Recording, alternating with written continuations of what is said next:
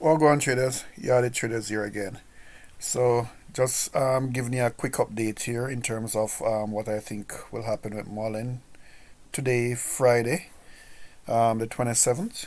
So, if you take a look here, Mullen has broken the diagonal resistance.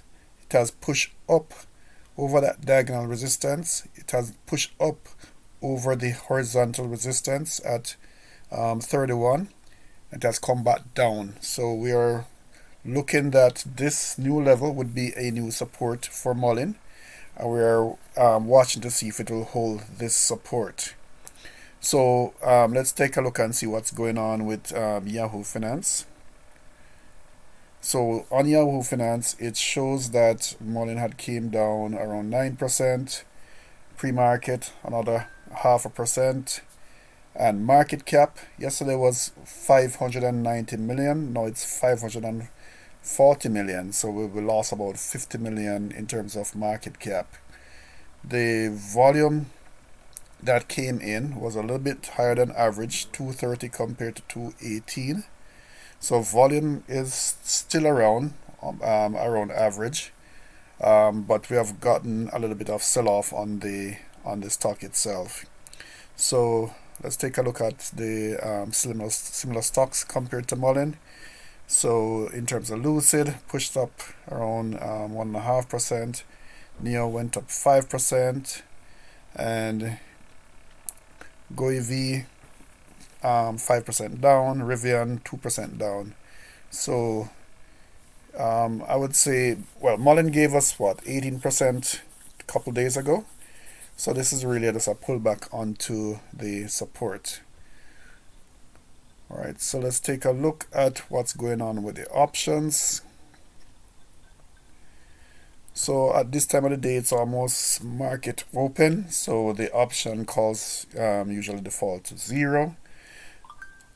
So let's take a look and see what's going on for today in terms of open interest. So open interest, it shows 63,000, which is pretty high for Mullen. I think you may not see a movement in the early part of the trading day, but when it comes on to around 1 o'clock, 2 o'clock thereabout, you're going to see the volume coming in before the option expiry time, which is around 2 o'clock. So you should see some volume coming in. And usually Mullen's around 30,000 or less, but this is showing 63,000. For next week, 40,000. Interest is still there for next week in terms of 40,000, and for the following week, 11,000. So I think interest is still there in terms of persons getting into the stock. I know, people may see like other stocks going up now, so the interest may be diverted to other stocks, even like a Tesla, that type of thing. But we're looking at this in terms of not for today, tomorrow, but where will it go in the long run. And in terms of the long run trend, I'm seeing so far, this is what I'm seeing. I'm seeing it's on a bullish upward trend. So if you look at the yellow lines here in terms of where I drew the resistance and the support, it's actually following our trend line. All right, I'm not saying anything can happen or any news comes out that will impact the stock, whether it be positive or negative. But for now, it appears to be on a long-term upward trend. So this is what I have for you today, guys. Just a quick one. And as usual, if you like this type of content, give me a thumbs up and don't forget to subscribe.